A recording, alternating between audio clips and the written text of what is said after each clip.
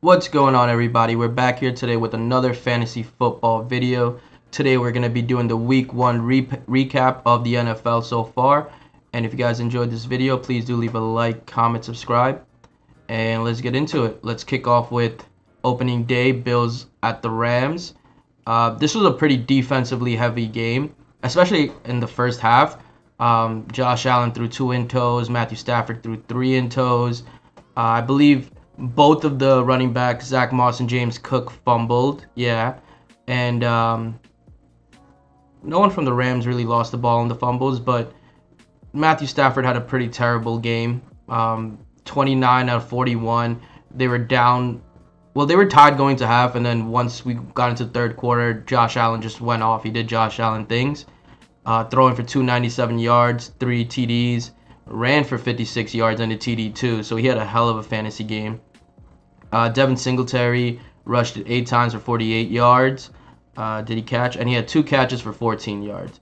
So not a bad game from Singletary. Zach Moss was actually, I think, used more in the offense as he had 6 carries for 15 yards, but 6 receptions for 21 yards. So those receptions really add up in a PPR league. So I think Zach Moss might have actually outscored Devin Singletary there. Moving on to the Buffalo wide receivers, Stephon Diggs, 8 receptions, 122 yards, and a touchdown. He had 1 long reception of 53 yards, 9 targets too. So Stephon Diggs had a pretty crazy game. Honestly, I expect Diggs to be the number one. Well, obviously he's going to be the number 1 threat in Buffalo, but he should be top 5, maybe top 6 wide receiver all throughout the year. Probably only behind Cooper Kupp, Justin Jefferson. He could compete against Jamar Chase and Devontae Adams for the 3 to 5 slot. Gabe Davis, someone that everyone's expecting to break out this year, especially after his Super Bowl performance, actually had the first touchdown of the year in the opening drive, I believe. And 4 receptions, 5 targets. So he didn't really get that many targets, but he did produce with that touchdown and had 88 yards in total. So Gabe Davis is going to be a nice complementary piece next to Stephon Diggs, especially since he can really go out deep and kind of haul him in. Jamison Crowder was also, he saw some work this game. 3 receptions out of 4 targets for 28 yards. Not too crazy of a game, but Isaiah McKenzie was the other touchdown scorer for the Bills. 2 receptions, 19 yards, and that touchdown. In most fantasy drafts, he was like a late round sleeper, deep sleeper. Just in case Gabe Davis and Stephon Diggs do go off every game, they're going to see most of the coverages, most of the double teams, and that's where Isaiah McKenzie can really thrive and really take over the soft coverages. On the Rams side of the ball, I don't know what happened to Cam Akers. Literally 3 carries, 0 yards. I think he had like 8 snaps in total in the game, or 5 snaps in total. Darrell Henderson started the game, and they did not work away from him. 47 yards on the ground and 26 yards on 5 catches. So Darrell Henderson was the clear lead back in this game. Cam Akers just completely invisible. For all the fantasy owners, I've been saying, stay away from Cam Akers, stay away from Cam Akers, and this was why. And even I didn't think it was going to be this bad. Hopefully, if you drafted Cam Akers, you also drafted Darrell Henderson. Otherwise, as a Cam Akers owner, I'd be really worried. Cooper Kupp did Cooper Kupp things. 13 receptions on 15 targets, 128 yards, 1 touchdown. Most likely will be the number 1 wide receiver when the year does end. It's going to be between him and Justin Jefferson. I truly don't think anyone else can compete, at least from a fantasy standpoint. Jamar Chase might be able to do it, but other than those 3, I really don't think anyone else can. Stephon Diggs is on to a great start too. So, but other than Cooper Kupp, it was really nobody else. Tyler Higbee did get 5 of 11 targets as a tight end. Didn't really do much with it, only 39 yards. But still, in a PPR league, you take that from Tyler Higbee. Darrell Henderson, other than those 3, Ben Skronik, he got 4 receptions on 6 targets, 25 yards. But another disappointing player for the Rams, Allen Robinson, their wide receiver 2 for the year, only had 1 reception for 12 yards and only 2 targets. So hopefully moving forward, this was just like a one-off situation for Allen Robinson. I don't expect him to put up like maybe not even Gabriel Davis numbers, but But I do expect Allen Robinson to be a key part of the offense, and really, obviously he's going to need more touches to do that. So hopefully he can be that nice secondary receiver next to Kupp. Otherwise, this Rams team is in like a lot of trouble. Cam Akers didn't produce. Allen Robinson didn't produce. Tyler Higbee did okay. Like, he got a lot of targets, but didn't really make much of it. The Rams have a lot of thinking to do over this week. Meanwhile, the Buffalo Bills, clear Super Bowl favorites, just even more so after that Week 1 demolition of the champions. So Josh Allen made his MVP statement. They started off hot. I think the Buffalo Bills are going to go to the Super Bowl this year, and they really backed it up with his performance. Moving on, we have the Saints versus the Falcons.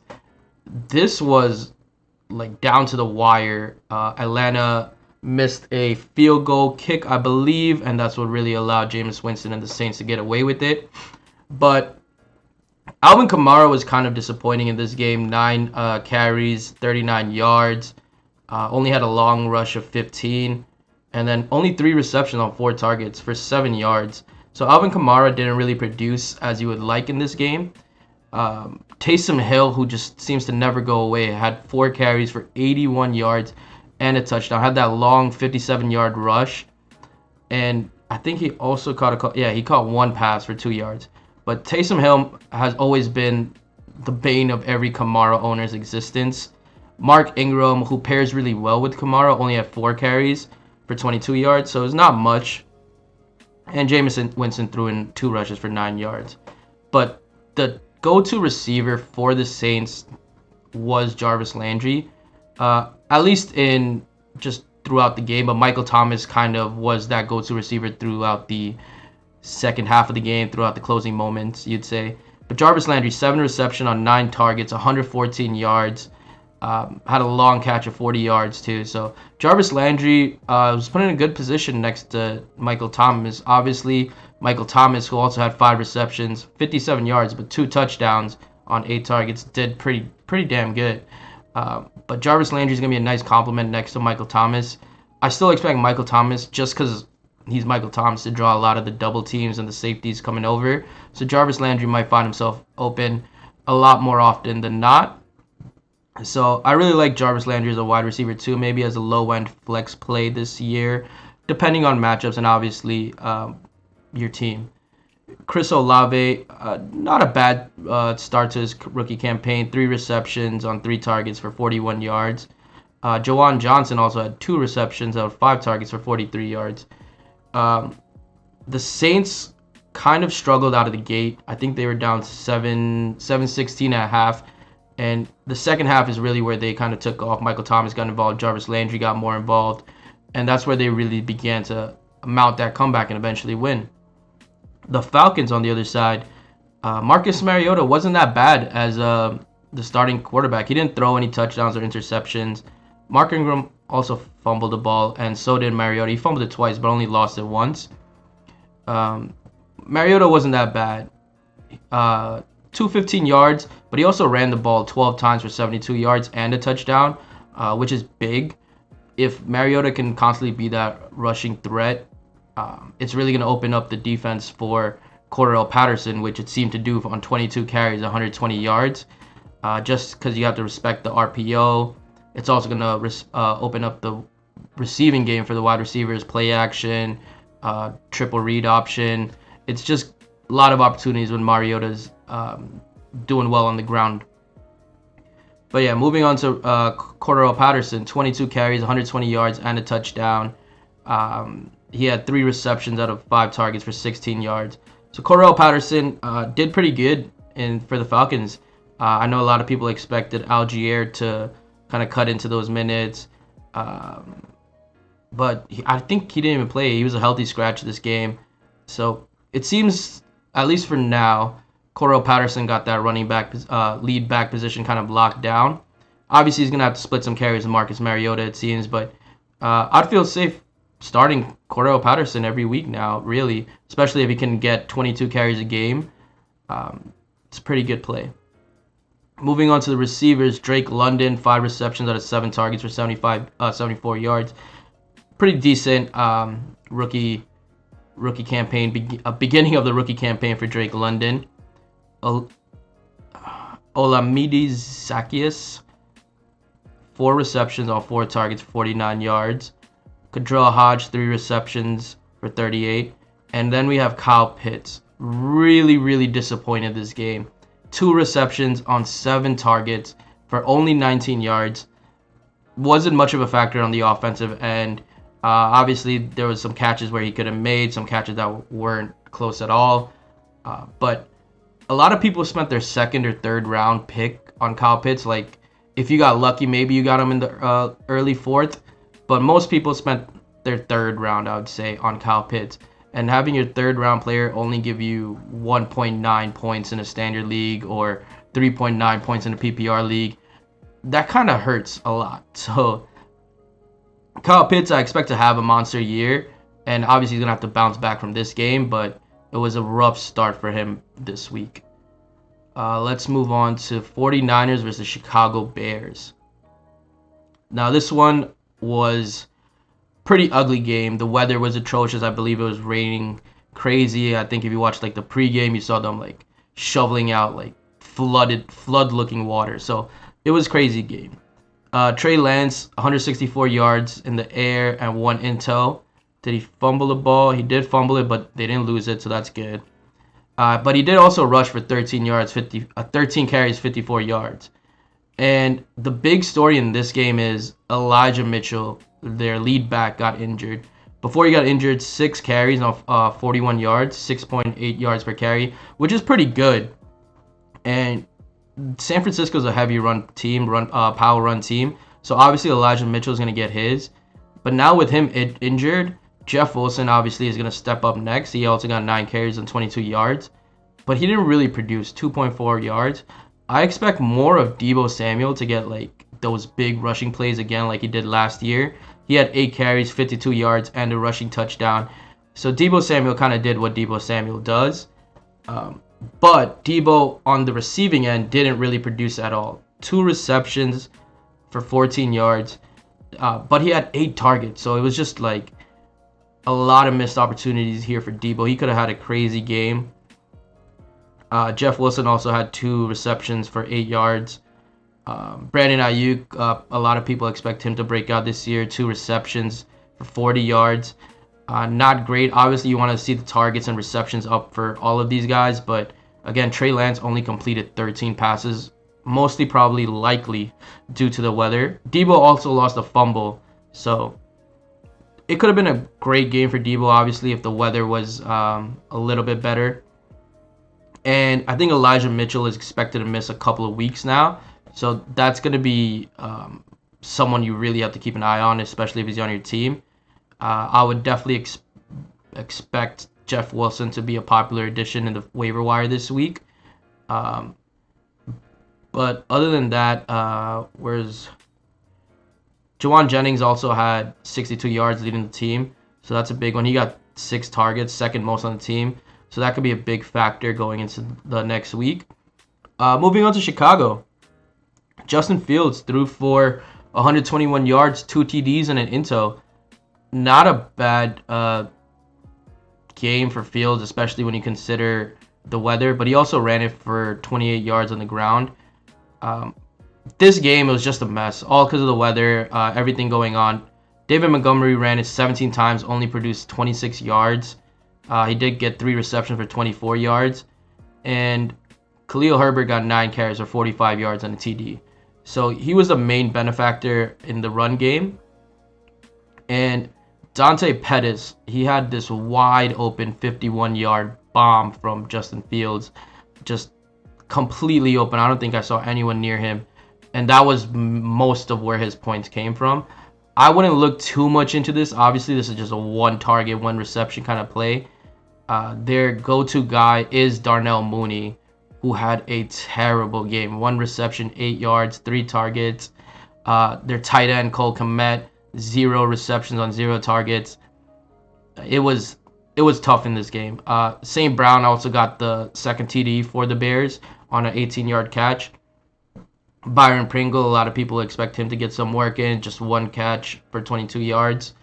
I would chalk most of this game up to the weather. I wouldn't look too much into this game. other than the fact that Deebo Samuel might see a boost in rushes due to Elijah Mitchell being out, and obviously Jeff Wilson Jr. as well. Moving on to the Steelers and Bengals. This was a bad start for Joe Burrow. In this game, he threw 4 intos. I think he had a fumble as well. He had 2 fumbles, only lost one of them. But he threw 53 times, completed 33 of them for 338 yards, 2 TDs. But in the first half, Joe Burrow just looked awful. Like, I think he threw 3 intos in the first half, and might have been 2 or 3. And Steelers defense looked crazy. Joe Mixon carried the ball 27 times for 82 yards. Joe Burrow threw in 47 yards of his own. And now another injury for this game. T. Higgins missed. I believe he got a concussion really early on in the game. He missed the rest of the game. And kind of let Jamar Chase and Joe Mixon do their thing. Jamar Chase had 10 receptions on 16 targets for 129 yards and a TD. Joe Mixon, 7 receptions, 9 targets for 63 yards. Hayden Hurst even got 8 targets for 46 yards. Tyler Boyd got 7 targets for 33 yards and a TD. So missing T. Higgins is going to be big for the Bengals, especially because he's really that secondary guy behind Jamar Chase for them. A lot of people did spend an early pick on him, I think 3rd or 4th round as well, just because they project him to have a crazy year next to Jamar Chase. And honestly, I do see it. I do think T. Higgins could have had a big year. He is in concussion protocol, I'm assuming, so he most likely will miss this game, but he might miss 1 or 2 weeks just because, the NFL is taking the concussion protocol much more seriously nowadays. So let's move on to the Steelers side of things, where there was a couple of injuries as well. TJ Watt got injured. I believe he got like a partially torn pec, where he may miss the season, may not, depending on how bad the tear is. Najee Harris sprained his ankle, so that's another big one to watch out for. I believe that's why they moved on to Claypool, rushing the ball 6 times. And if Najee Harris does miss time, I could see Claypool getting a couple of carries out of the backfield. He did pretty good, 36 yards, 6 yards per carry. Najee Harris, I guess before he got hurt, 10 carries for 23 yards, 2 receptions for a 3-yard TD, or a 2-yard TD, sorry. And Najee Harris, obviously disappointed in the run game, but hopefully he's good. Hopefully he doesn't miss this week. He probably won't, but just because the Steelers might want to rest him, not rush him back too early, he may. Trubisky threw for 194 yards, 1 TD. Wasn't too bad. Also threw in 9 rushing yards. Pat Freiermuth got 5 receptions on 10 targets, which is amazing for him, 75 yards. Deontay Johnson, 12 targets, 7 receptions, 55 yards. This is good news for him. And then obviously Chase Claypool also got 4 receptions, 6 targets, only 18 yards. But again, I expect Claypool's stock to be way up if he does continue rushing the ball. He did fumble it, but they recovered it, so that's okay. This 2 big injuries in this game. Whether you have the Steelers defense and you're worried about TJ Watt, I guess 3 big injuries. TJ Watt, whether you have Najee Harris as your 1st round pick and you're worried about his ankle injury, or T. Higgins when you drafted him in 3rd or 4th round, could come back to bite you right now with his injuries. Moving on to the Eagles and Lions. This was probably the best game of the week to me, honestly. Jalen Hurts came out swinging, rushed the ball 17 times, 90 yards and a touchdown, threw the ball for 243 yards.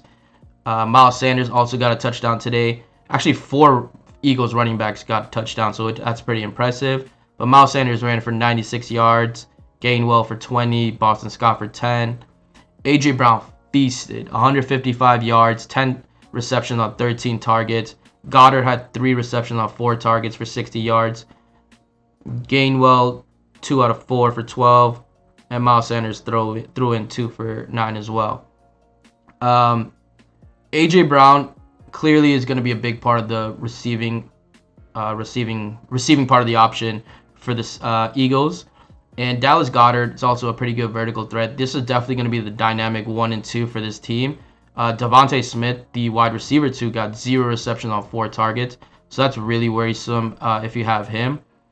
And Jalen Hurts is gonna do good this year with a serious weapon in AJ Brown. Obviously, Philly's gonna be a run-first team, so his numbers are gonna be good on the ground. And if he could throw in a couple more TDs a game and through the air, whether it's AJ Brown or Dallas Goedert, he's gonna have a hell of a season this year. Moving on to Jared Goff, who wasn't bad this game. 215 yards, 2 touchdowns, 1 interception. Did fumble it, but they recovered. But the story was in the run game as well over here. They were down big, and they mounted a comeback, but just missed it. DeAndre Swift, 15 carries, 144 yards, and a TD. He got 50 yards on a huge run early on that set up the Jamal Williams touchdown, who had 2 touchdowns on the ground. 11 carries, 28 yards, but 2 touchdowns. He also had, DeAndre Swift had 3 receptions for 31 yards, while Jamal Williams had that 1 reception for 2 yards. This backfield is going to be pretty dynamic this year.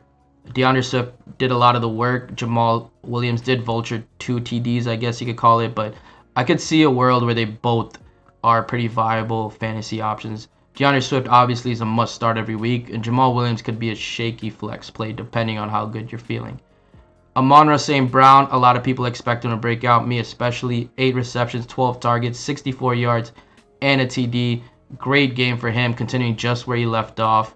DJ Chark as well, 4 receptions on 8 targets, 52 yards, and a touchdown. Great game for him. DJ Chark's going to be on a lot of people's he caught a lot of people's eyes. Definitely be a hot waiver wire pickup this week. And TJ Hawkinson did pretty good as well. 7 targets, 4 receptions, and 38 yards. Let's move on to the Patriots and Dolphins. Patriots really never stood a chance in this game. Mac Jones threw for 213 yards, 1 TD, 1 intel. Damian Harris ran for 48 yards. Ramondre Stevenson ran for 25 yards. Jacoby Myers was their lead wide receiver, 4 receptions, 55 yards on 6 targets. Kendrick Bourne got that 141-yard bomb. Jonnu Smith, 3 receptions on 33 yards. And Ty Montgomery scored their lone receiving touchdown. Hunter Henry did disappointing this week, 2 receptions for 20 yards. Jonnu Smith also was a little disappointing, but the Patriots play a lot of multi-tight end sets, so you can expect them to do you can expect them to have good games here and there. Devontae Parker got a little revenge game against the Dolphins here, but didn't do pretty much nothing. 1 reception, 9 yards. So he didn't really impact the game heavy. Nelson Aguilar and Mac Jones both fumbled the ball. So also just the Miami defense was pretty tough this week for the Patriots. Tua threw 270 yards, 1 TD, and I believe he ran a bit no, he didn't run it. But Chase Edmonds did run, not efficiently, 12 carries for 25 yards. Raheem Mostert also only had 5 carries for 16 yards. So they didn't run the ball well at all in this game. But they did throw the ball pretty well. Tyreek Hill, 94 yards. Jalen Waddle got the 42-yard touchdown, 4 receptions, 69 yards. Chase Edmonds also got involved in the passing game, 4 receptions, 40 yards. Raheem Mostert as well. But the Dolphins really just destroyed the Patriots defensively in this game. It wasn't much offense from the Dolphins that was necessary, and the Patriots really just couldn't put up any offense. Moving on to the Ravens and Jets. Very similar story. The Ravens were just too much for the Jets defensively. Lamar Jackson had himself a pretty good game, 213 yards, 3 touchdowns, 1 interception. He only ran it for 17 yards and 6 carries, but he didn't really need to run it this game. Kenyon Drake did have 11 carries for 31 yards. He's going to be the lead back until J.K. Dobbins comes back, but I would avoid all Baltimore running backs until Dobbins does come back. Bateman, he had 2 receptions, 59 yards, and a TD. He had that long 55-yard TD wide open. Devin Duvernay is going to be a popular wide receiver waiver wire ad this week as well. 4 receptions, 2 TDs on 54 yards. He's not just a kick returner anymore. If he can manage to take up that wideout slot across from Rashad Bateman and Mark Andrews, Duvernay might be a steal of a pickup off the waiver wire. Mark Andrews, a little disappointing from him, 52 yards on 5 receptions. You expect a little bit more for Mark Andrews, who was honestly drafted mostly in the second round. So a little bit disappointing for him. And the Ravens really only threw the ball only had 17 receptions throughout, but they were pretty much up against the Jets the entire game. So moving on, the Jets, Joe Flacco did throw 307 yards, 1 TD, 1 interception. Michael Carter, 10 carries on 60 yards. Breece Hall had 6 carries for 23 yards. Breece Hall did fumble the ball, which is kind of worrisome, but he was still back in the game, so it shows that the Jets have a lot of confidence in him. For the Jets receivers, Corey Davis, 77 yards. Garrett Wilson, 52 yards. Elijah Moore, a lot of people who expect him to break out, 49 yards. Michael Carter got involved in the receiving game with 7 receptions, 40 yards. Breece Hall as well, 6 receptions, 38 yards. So the Jets running game, the running backs are going to be the heart of their offense. And as the running backs go, the rest of the team is going to go. Moving on to the Jaguars versus Commanders. This was another close game, kind of came down to the wire. Trevor Lawrence threw for 275 yards, 1 TD, 1 intel. James Robinson steals the show again. I expect Travis Etienne to have a big year this year, but he only ran the ball 4 times, 47 yards. Had 2 receptions for 18 yards, but he fumbled the ball. Didn't lose it, but he did fumble. And that might have given the coach just more reason to play James Robinson. I mean, he did well. He 66 yards, 1 TD. He got the ball, 1 reception, and another TD. So I feel like James Robinson is just not going to go away. Christian Kirk had himself a game, 117 yards, 6 receptions, especially for his debut as the #1 wide receiver. Zay Jones also did well, 6 receptions for 65 yards. Evan Ingram, 4 receptions, 28 yards. I expected a little bit better performance from him. And Marvin Jones also 4 receptions, 38 yards. He may be taking a backseat to Christian Kirk and Zay Jones this year, so I'm not really sure how Marvin Jones' number is going to be, but you could expect a few games where he does pop off. Carson Wentz threw for 313 yards, 4 TDs, 2 intos. Started the game off hot. Did he get any run? 6 carries for 12 yards. Not a lot, but 6 carries for Carson Wentz is pretty insane. Antonio Gibson got 14 carries for 58 yards. Curtis Samuel, 4 carries for 17 yards. And Jahan Dotson even got a rush, but he lost 10 yards. But the story of the game was the receiving core for the Commanders. Gibson had 7 receptions on 8 targets for 72 yards. Terry McLaurin had only 2 receptions on 4 targets, which is a little bit worrisome, but he had that huge 49-yard bomb touchdown, so that's a lone bright side for Terry McLaurin, but I'd be worried about McLaurin's usage if I was a McLaurin owner this year. Curtis Samuel is going to be probably the #1 ad on most fantasy teams this week. 8 receptions, 11 targets, 55 yards and a touchdown. Him and rookie Jahan Dotson, who had 3 receptions on 5 targets for 40 yards and 2 touchdowns. They really, showed that they're not hesitant to throw the ball at Jahan Dotson, especially when the game's on the line. Both of his touchdowns came, I believe, when they were fighting to come back. I think they were either down or right, had the small lead. So Jahan Dotson was a big part of their offense, actually much more involved than I thought he would be. And Terry McLaurin was actually underused, while Curtis Samuel and Antonio Gibson was heavily featured in the passing game. Moving on to the next revenge game, Cleveland Browns versus Carolina Panthers. Baker's gets to play his old team in week 1, and he lost in the closing seconds of the game to a field goal kick. Baker came out of the gate terribly. Threw an into. Did he have any fumbles? He fumbled the ball 4 times. I believe they were all on snaps when they snapped the ball, but he did recover them. But that's not something that he can continue doing, especially if he wants to lead the Panthers to the playoffs, which I don't think, it's possible. But the Panthers couldn't get anything done offensively in the first half. Christian McCaffrey only had 10 carries, 33 yards, and a TD the entire game. I think he had 5 touches the first half in total. DJ Moore as well couldn't get involved in the running or receiving game. 3 receptions, only 43 yards. Christian McCaffrey only had 4 receptions for 24 yards.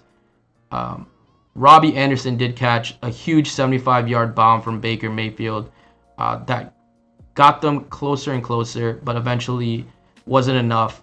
He did have 5 receptions, 102 yards. Ian Thomas, 53 yards. DJ Moore, he needs to do a little bit more. Christian McCaffrey, obviously, you're going to start him, but he needs to do more as well. He needs to be more involved. And Baker just needs to make way less mistakes. Jacoby Brissett, 147 yards, 1 TD. And Nick Chubb carried the ball 22 times for 141 yards. He did even throw in a reception for 2 yards. Kareem Hunt was the guy, though, when it came down to touchdowns. 11 carries, 46 yards and a touchdown. And 4 receptions, 24 yards and a touchdown.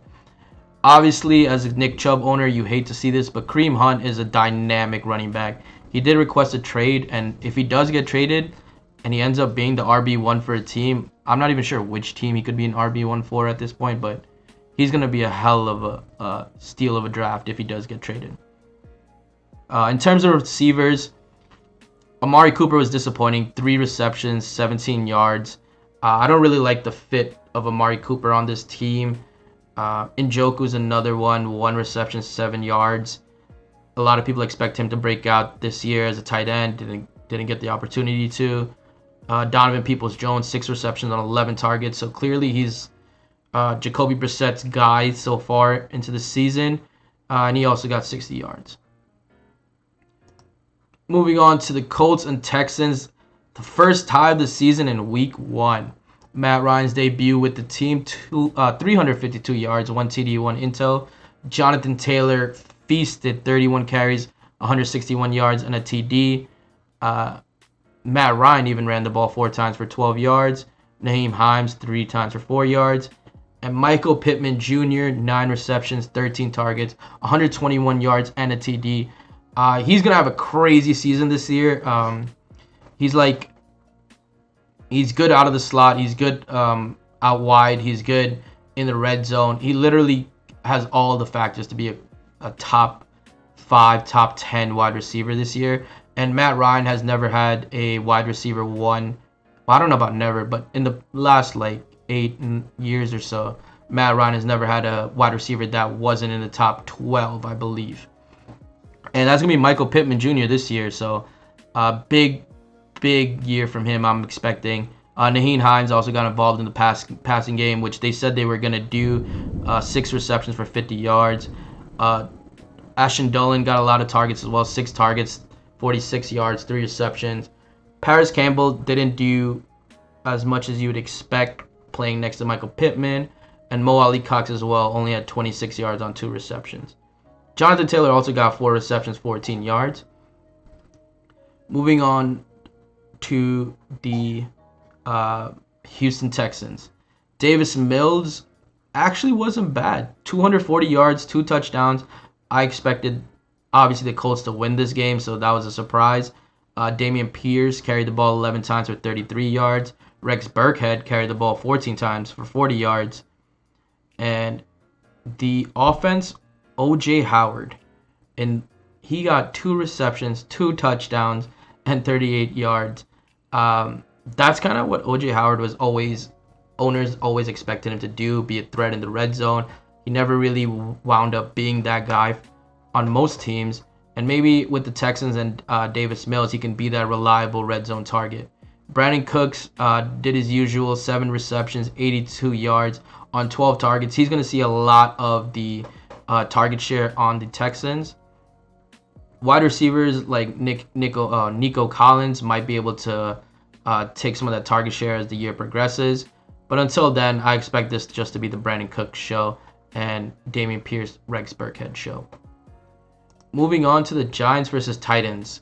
The Giants beat the Titans Week 1, starting their season off with a winning season. Saquon Barkley went off, 164 yards on the ground, 1 TD, ran in a 2-point conversion. He also had 6 catches for 30 yards. Had a hell of a game. And Daniel Jones, 188 yards, 2 touchdowns, 1 intel, even ran the ball for 25 yards. The RPO that he ran with Saquon Barkley, if you watch the game, a lot of times the cameramen even fell for it. Like, they were following Saquon while Daniel Jones ran with the ball. So the RPO option between Daniel Jones and Saquon is pretty deadly. And Daniel Jones is pretty athletic. Not the greatest of quarterbacks through the air, but on the ground, Daniel Jones is pretty good. Kadarius Toney had 2 rushes for 23 yards. Wasn't involved at all in the receiving game. And I actually expected Kadarius Toney to be the wide receiver 1 this year. But clearly they leaned heavy on Saquon, obviously.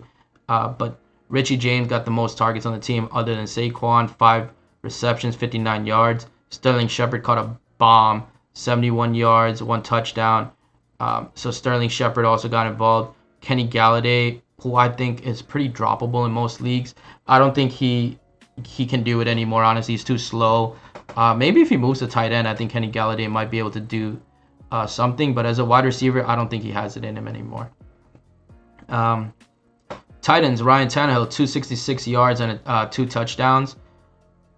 Not a bad game from him. Derrick Henry, kind of disappointing, only 82 yards on 21 carries. Did get 3.9 yards per carry, but you expect a little bit more for Derrick Henry, especially when you draft him in the first round. The Giants' defense did get better, but Derrick Henry still should have feasted. Moving on to receivers, Kyle Phillips was the go-to guy for Ryan Tannehill. 9 targets, 6 receptions, 66 yards. Dontrell Hilliard, Henry's backup, actually got both of the touchdowns on 61 yards, 3 receptions. Treylon Burks, the rookie, I expect them to feature him a lot as well. 3 receptions on 5 targets for 55 yards. But the surprising thing was Robert Woods only had 2 targets, 1 reception, 13 yards. Hella disappointing for Robert Woods, especially if you did draft him as one of your wide receivers later in the draft. I'd be pretty worried about him, and honestly, I'd be a little hesitant to start him. Kyle Phillips also did fumble the ball, so that could come back to haunt him, but I think they have a lot of trust in Kyle Phillips. Moving on to the Packers and Vikings. This was an awful game for Aaron Rodgers. He could not get anything going. 195 yards, 0 touchdowns, 1 interception, even fumbled the ball. Rodgers just looked so furious on the sidelines with everything. The running game wasn't even there. Like, Aaron Jones did rush the ball 5 times for 49 yards. A.J. Dillon did rush the ball 10 times, 45 yards and a touchdown. But with negative game script going on, Green Bay being down 17-0 at half, they really got away from the run and leaned heavily on the pass, which didn't even work out for them. So Green Bay missing Allen Lazard this week because of injury, and obviously Devontae Adams got traded to the Raiders. So Green Bay has yet to find that go-to receiver. A.J. Dillon was that guy this game. Romeo Dubes had 5 targets, 4 receptions, 37 yards. Robert Tonyan got a little involved, but this team, the Packers, just don't have it offensively. They need Aaron Jones and A.J. Dillon to really make plays for them to even be, I don't know, like, do anything on offense, honestly. Like, A.J. Dillon accounted for 91 yards of the offense. Aaron Jones accounted for 75 yards of the offense. And they're going to need even more than that just to even be able to be competitive. Moving on to Minnesota, 277 yards for Kirk Cousins, 2 TDs. Dalvin Cook rushed the ball 20 times for 90 yards. Madison, the handcuff, 8 carries, 36 yards. Not too crazy in the rushing department, but that's because Justin Jefferson went off. 9 receptions, 184 yards, 2 TDs, 11 targets. Most of the offense obviously ran through him. He had all but like 90 yards from the Vikings receivers. Everyone who drafted Justin Jefferson in the first round, or if you got lucky enough to get him in the second round, are just smiling right now. Like, he could compete with Cooper Kupp for that wide receiver 1. But moving on, Adam Thielen, a player I expect to have a pretty good bounce back year, only had 3 receptions, 36 yards. Obviously, when the game is flowing through Justin Jefferson the way it did, it's going to be hard for any other Viking to get involved. But moving on, Chiefs versus Cardinals. This was a blowout from the beginning. Mahomes threw 5 touchdowns, 360 yards, no interceptions. Fumbled the ball but recovered it. And they were just off to a hot start. Clyde Edwards-Helaire rushed the ball 7 times for 42 yards. And Isaiah Pacheco, the rookie, ran the ball 12 times for 62 yards and a touchdown. And this was kind of worrisome going into the season. Clyde Edwards-Helaire, I wasn't sure if he was going to be the lead back for them. Obviously, I think he was. He did start. And I guess once they were up a lot, they brought in Pacheco to get some work in. But most of the damage was done through the air. Travis Kelce, 121 yards, a touchdown. Juju Smith-Schuster, 79 yards, 6 receptions. Scantling, 44 yards. Helaire got both of his TDs in through the air. Miko Hardman even got involved in the air. Jordy Fortson as well. Moving on to Arizona, couldn't really put up anything offensively. 193 yards, 2 TDs for Kyler Murray. James Conner got the lone rushing touchdown with 10 carries, 26 yards. Kyler Murray rushed himself 5 times for 29 yards. Offensively, this team really lacked in the first half. In the second half, they got it going a little bit. Greg Dortch might be a sneaky pickup while DeAndre Hopkins is gone. 9 targets for 7 receptions, 63 yards. Played pretty good. Hollywood Brown got his touchdown, 4 receptions, 43 yards, 6 targets. James Conner got involved in the receiving game a lot as well. 5 receptions for 29 yards. And Zach Ertz also 2 receptions, 14 yards, and a TD. So not bad. AJ Green was 2 catches for 13 yards. Wasn't really that active, but Kyler Murray struggled pretty heavily in the beginning, and the game just got way too far out of hand. Moving on to the Raiders versus Chargers. Derek Carr started this game awful.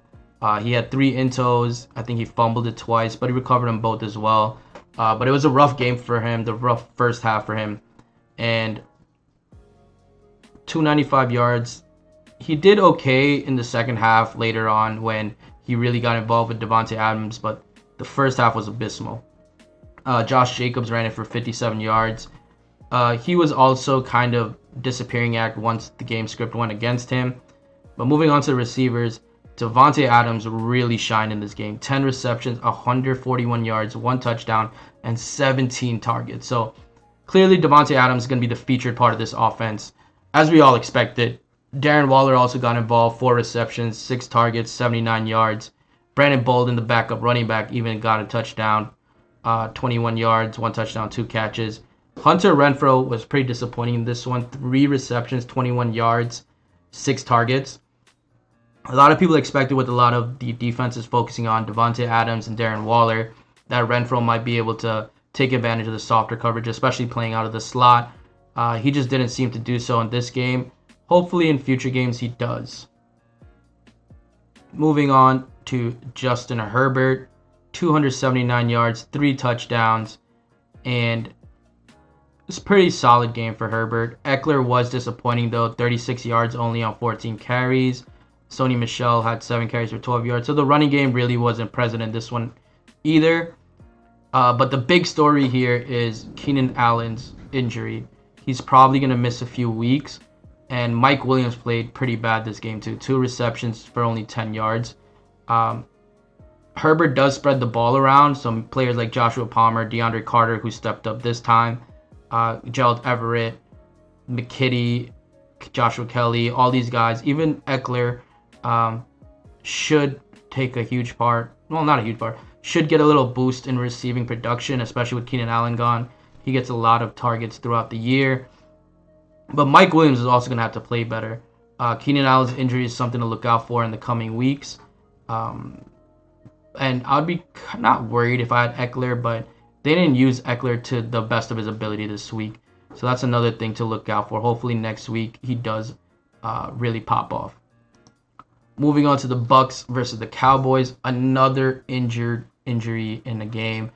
Dak Prescott, who played awful all throughout the first 3 quarters anyway, got injured late in the game. And I believe it's a broken hand or a fractured hand.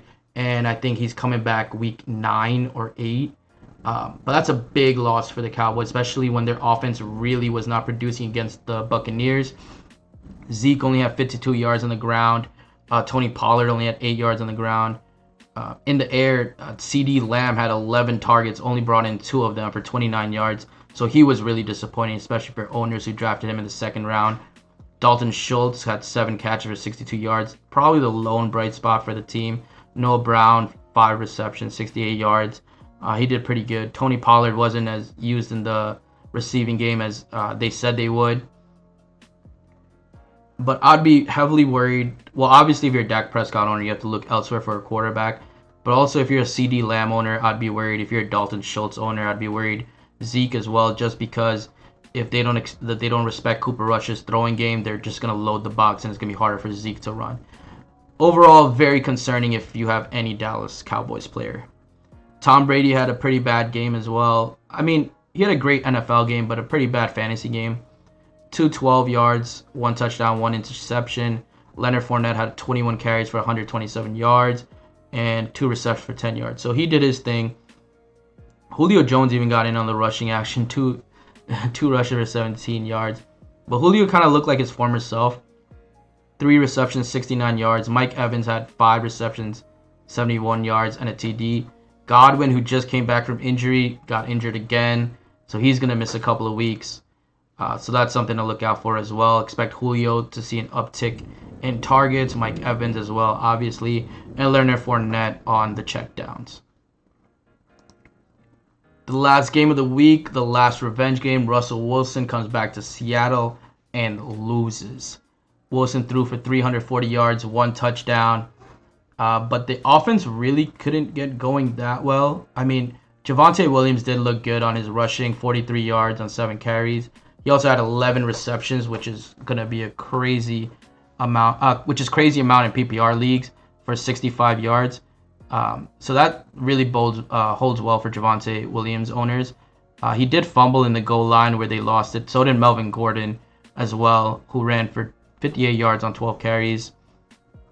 But Jerry Jeudy, he had that bomb of a 67-yard touchdown, which really got him on the board. Like Jerry Jeudy and Courtland Sutton, Russell Wilson didn't even target them at all until that Jerry Jeudy touchdown. He went through most of the tight ends, and Andrew Beck and his running. He mostly worked through his running backs and tight ends through the game until he got Jerry Jeudy and Courtland Sutton more involved. But the story was actually Geno Smith, 195 yards, 2 touchdowns. Rashad Penny did well, 60 yards, 12 carries. He had 2 catches for 7 yards. Geno Smith ran the ball 6 times for 14 yards. But he also worked mostly through his tight ends. Kobe Parkinson got the touchdown. Will Dissly got the touchdown. DK Metcalf was his favorite target, 7 of 7 for 36 yards. Not enough yardage for DK. You want to see a little bit more. Tyler Lockett only 28 yards, 4 targets, 3 receptions. Overall, Geno Smith did lead his team to a victory against Russell Wilson, so that's good to see. But Rashad Penny needs to be used a little bit more in the run game. DK Metcalf as well in the passing game. Lockett as well. Goodwin as well. Dissly and Parkinson are obviously going to be big features in the offense, especially because they love to run multiple tight ends. So, I mean, I don't expect the Seahawks to be good. Obviously, they're off to a good start. But they're really going to have to get DK, Tyler Lockett, the tight ends, and Rashad Penny more involved in the offense. That's all for this video. We're going to do these weekly recaps, I think, every week. Obviously every week as the season progresses. And if you have any comments, please leave them down below. Let me know which game surprised you the most, which game you thought was the best. And please do leave a like, comment, subscribe, and I'll see you next time.